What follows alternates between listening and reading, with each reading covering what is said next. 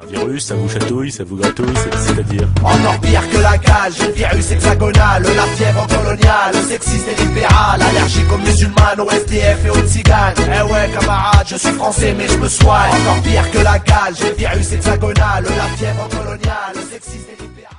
Je vais vous parler un petit peu de la Grèce, donc mon pays, où il y a souvent des situations extrêmes. Il y a du bon et du mauvais, du très bon et du très mauvais. Vous êtes au courant du très bon, donc on verra si ça dure, j'espère. Le très bon, c'est qu'il y a eu pour la première fois dans l'histoire de la Grèce moderne, depuis 1830, la création de l'État grec,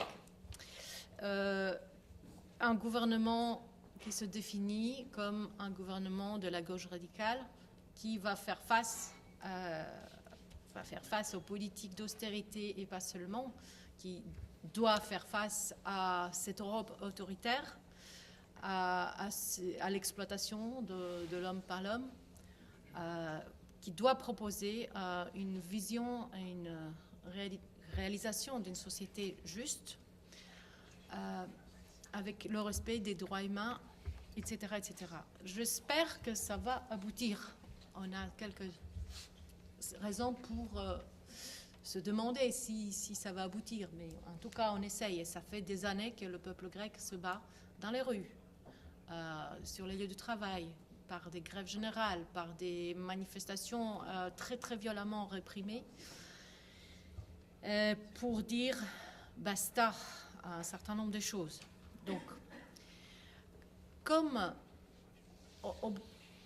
il y a eu quand même une révolte, ce n'est pas tout récent, parce que dans l'histoire de la Grèce moderne, il y a eu beaucoup de grands moments de lutte pour la liberté, pour la démocratie, pour plus que de la démocratie. Vous savez peut-être qu'à la sortie de la Deuxième Guerre mondiale, où il y a eu en Grèce une résistance féroce contre le nazisme par la gauche, par les rouges, alliés à quelques petits partis socialisants, mais essentiellement c'était les communistes, disons-le, qui ont fait la résistance en Grèce. Eh bien, et comme ils avaient la majorité et qui pourraient accéder au gouvernement si le système de la démocratie parlementaire se mettait en place, eh bien, il y aurait eu la gauche radicale aurait pris le pouvoir en Grèce déjà depuis 1944. Or, ça n'a pas été le cas. Et vous savez sans doute que ce qui a suivi, c'était une confrontation claire et directe entre, d'un côté, les Britanniques, nos alliés, les Anglais, et les royalistes grecs qui ont bombardé Athènes et le Pirée pendant un mois. Aucun livre d'histoire ne le dit dans notre Europe, Union européenne, n'est-ce pas? Mais nous, on le sait. Et du coup, d'un côté, la droite soutenue par les Anglais, de l'autre côté, les communistes et les démocrates, qui ont été écrasés au bout de 3 ans de guerre civile, puisque Staline aussi et Tito ont laissé la gauche grecque à son sort. Bon, voilà pour l'histoire. Ça, c'était la première fois qu'on a failli avoir quelque chose de vraiment progressiste comme situation en Grèce. Deuxième fois, c'était au milieu des années 60. Pareil, selon les sondages, un petit parti du centre-gauche aurait pu prendre le pouvoir. Et là, qu'est-ce qui se passe? Paf, dictature militaire, fascisme de nouveau. Et là, le fascisme s'installe de façon très, très ancrée, très enracinée. Le temps passe, 7 ans de dictature militaire et de fascisme, qui n'est pas quand même un mouvement social. Le fascisme en Grèce, ça n'a jamais été le cas, contrairement à ce qui se passe ici en France. Alors je me permets de dire qu'il y a quand même une différence, que le fascisme en Grèce n'a jamais pris racine dans le peuple. C'était, parachuté par les États-Unis en 1967. Et les militaires qui ont été soudoyés, soutenus par quelques militaires avec l'armée qui puisse mettre tout le pays dans le plâtre, comme on disait. Donc, et maintenant, troisième fois dans l'histoire du pays, la gauche radicale, espérons qu'elle restera radicale, prend le pouvoir Et qu'est-ce qui se passe en même temps? Depuis que la gauche monte, il y a curieusement un parti qui s'appelle Aube dorée, dont personne n'avait entendu parler depuis des années, qui ne se présentait même pas aux élections, qui d'un seul coup, aux élections de 2012, obtient un pourcentage de 6, quelques %. Et qui envoie 18 députés au Parlement grec. Et ces députés-là, ils n'ont pas le discours de Marine Le Pen, qui est très lissé, très poli, quelque part, qui nous fait même parfois de la critique en prenant le langage de la gauche, certaines fois. Mais ce sont des mafieux, hein. C'est des personnes qui étaient dans la délinquance, donc vente d'armes, proxénétisme, vente de drogue, qui ont été vraiment payés.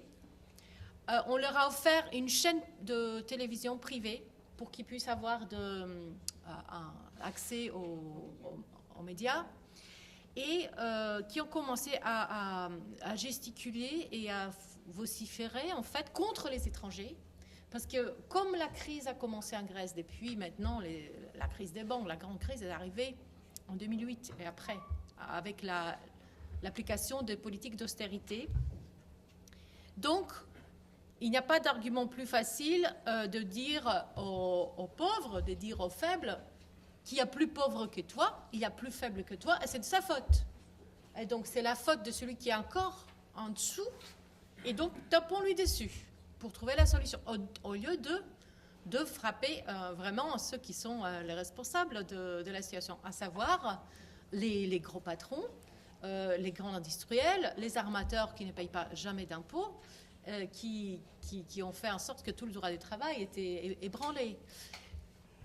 Il a été prouvé, parce que il y a eu depuis beaucoup de cas où ces gens, les députés même, ont fait des choses criminelles, illégales, dont le summum, c'était l'assassinat d'un rappeur grec, Pavlos Fyssas, en septembre 2013.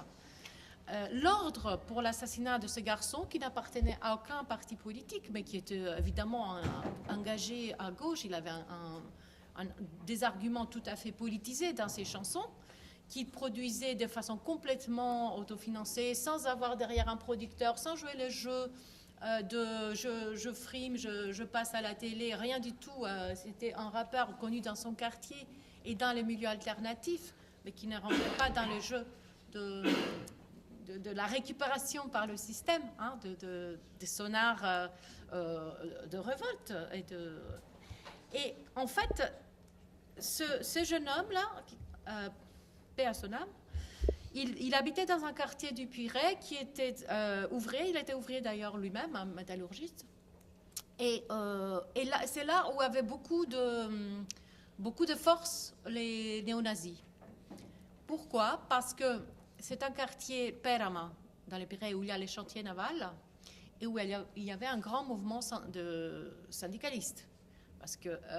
Et en fait, l'Aube dorée a été financée par les patrons de cette industrie-là pour casser du syndicaliste, en fait. En gros, c'est ça l'histoire, si je fais une histoire longue, un peu courte. Et donc, il ne pouvait pas juste aller en milice, parce qu'ils ont créé des milices armées même, hein. C'est des milices armées armées à l'arme blanche, ou avec des pistolets carrément, des armes à feu. Alors, qu'est-ce qu'ils ont fait qui est odieux pour se donner une bonne image auprès du public? Ils ont fait référence, comme Hitler, à la Grèce antique, hein, en disant que nous, on est les descendants, les vrais, les purs des Grecs anciens, et donc nous défendons l'idéal de notre ancienne civilisation glorieuse, et nous sommes la race aryenne.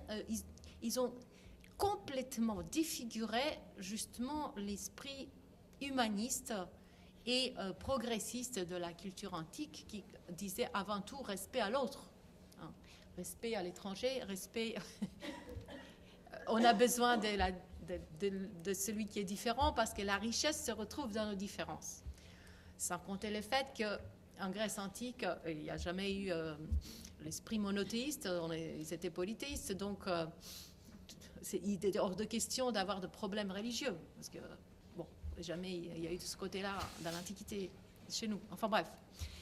Donc, ils ont complètement, parce que c'était des personnes sans culture souvent,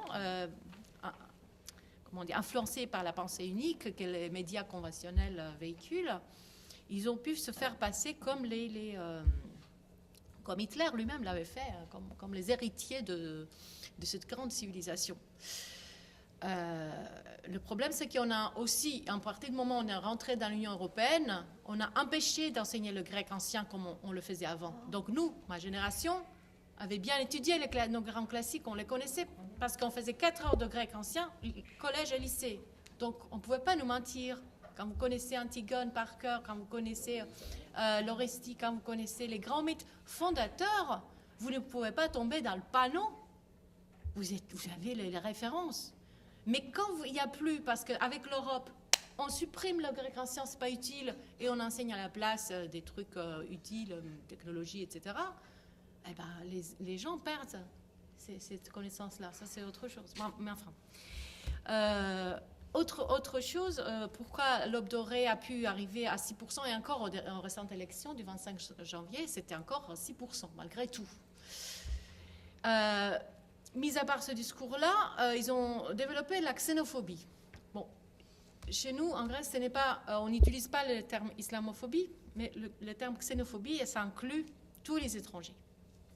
Indépendamment de la religion, il suffit de ne pas être de chez nous, selon le langage de ces personnages. Ils sont étrangers, donc il y a de quoi les blâmer, rien que le fait qu'ils sont en Grèce et ils ne sont pas chez eux. Sans se préoccuper pourquoi ils sont là. Hein. S'ils ne sont pas victimes de guerre, réfugiés politiques, réfugiés économiques. Bon. Et aussi, donc, ils ont fait nourrir comme ça un esprit de racisme, et ils ont pu jouer, eux, en quelque sorte, les gardiens de la sécurité de l'ordre. Parce qu'il allait dans les quartiers populaires où, en effet, il y a eu beaucoup de problèmes, parce qu'il faut savoir qu'en Grèce, il n'y avait aucune protection sociale des étrangers. Contrairement à la France, il y a quand même ici un minimum, je vois, des structures. On peut obtenir quelques allocations parfois, mais on peut inscrire son enfant dans une école. En Grèce, vous débarquiez il y a quelques années avec papier.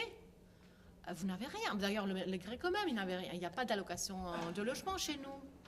Il n'y a pas d'allocation de famille en Grèce, vous voyez.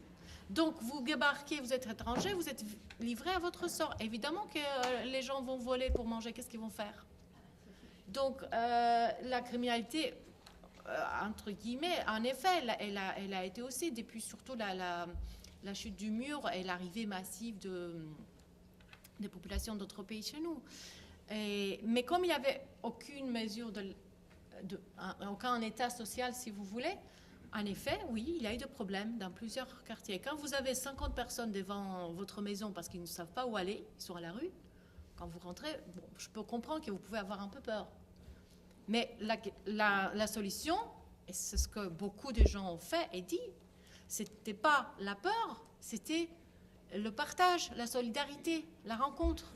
Et surtout parce que l'État ne faisait rien, c'était aux gens de s'organiser ensemble pour faire face à ce problème. Et c'est ainsi qu'a été créé quand même un grand réseau de solidarité. En même temps, mais ça venait de la société civile. C'est elle qui a porté aussi au gouvernement, il y a quelques semaines, Syriza, entre autres. Mais l'État, en revanche, l'État qui a toujours été tenu par une petite élite de quelques familles riches qui se revendiquent du Parti socialiste ou qui se revendiquent de la droite, ils ont fait exactement la même politique. Se mettre plein dans les poches eux-mêmes en tant que politiciens, surtout ne pas respecter leur engagement et appliquer des politiques néolibérales. Alors, et nous, en Grèce, on a cessé d'appeler le Parti socialiste grec depuis les années début des années 90, on les appelait plus la gauche. C'était pareil, droite et gauche, c'était pareil. Hein, on les appelait simplement les politiciens corrompus. D'ailleurs, j'espère que certains parmi eux, ils finiront en prison prochainement. Donc, j'ai dépassé le temps. Pour vous dire, ces nazis-là, ces néo-nazis, ils ont osé saluer à la façon nazie dans le Parlement. Ils ont osé d'aller armés d'armes blanches et de sortir un couteau en plein Parlement. Ils ont osé tuer je ne sais pas combien d'immigrés. Et ils allaient dans les marchés, ils donnaient des coups de latte, ils renversaient les étals, merci. Il allait dans les écoles pour sortir les enfants qui n'étaient pas grecs ou faire des procès aux directeurs des écoles pour dire qu'ils font lever. Il faisait des soupes populaires réservées aux Grecs seulement. Ou alors il allait dans les quartiers où il y avait, disons, une criminalité augmentée pour accompagner les grands-mères au supermarché, aller faire leurs courses et les raccompagner, hein, jouer un peu les assistants sociaux. C'est comme ça qu'ils ont pu arriver aux 6%, qu'ils maintiennent toujours. Or, en septembre 2013, il y a eu l'assassinat de Pavlos Fyssas. Cette fois-ci, ils ont tué un Grec. Hein. Et à ce moment-là, l'opinion publique, les Européens aussi se disent, oh là là, ils ont dépassé un peu les lignes. Entre-temps, ils avaient cassé plein de grèves. Hein. Et il y a eu des liens très étroits entre ce parti-là et le parti du Premier ministre. Ils travaillaient ensemble, mais vraiment, il faut le comprendre ça. Et à partir du moment où ils ont dépassé les lignes rouges, et à partir du moment où ça a été prouvé que l'ordre de l'assassinat de Pavlos Fyssas est venu du chef de ce parti-là, par ailleurs député au Parlement, eh ben, tous les députés ont été arrêtés, pratiquement, 78 personnes au total, toute la direction du parti. Ils ont été mis en prison en attendant leur procès, parce qu'entre-temps, ils étaient inculpés pour d'autres crimes. J'en ai mentionné tout à l'heure, vente d'armes, proxénétisme, des meurtres de Pakistanais, d'Afghans, enfin plein de monde. Et aujourd'hui, malheureusement, ils risquent d'être libérés bientôt parce que 18 mois se sont écoulés et le procès n'a pas eu lieu. Donc, ils risquent d'être en liberté à la fin du mois d'avril pour on ne sait pas combien de temps, le temps que le procès puisse avoir lieu. Sauf l'assassin lui-même de Pavlos Fyssas. Lui, il va être encore retenu en prison. Donc voilà la situation.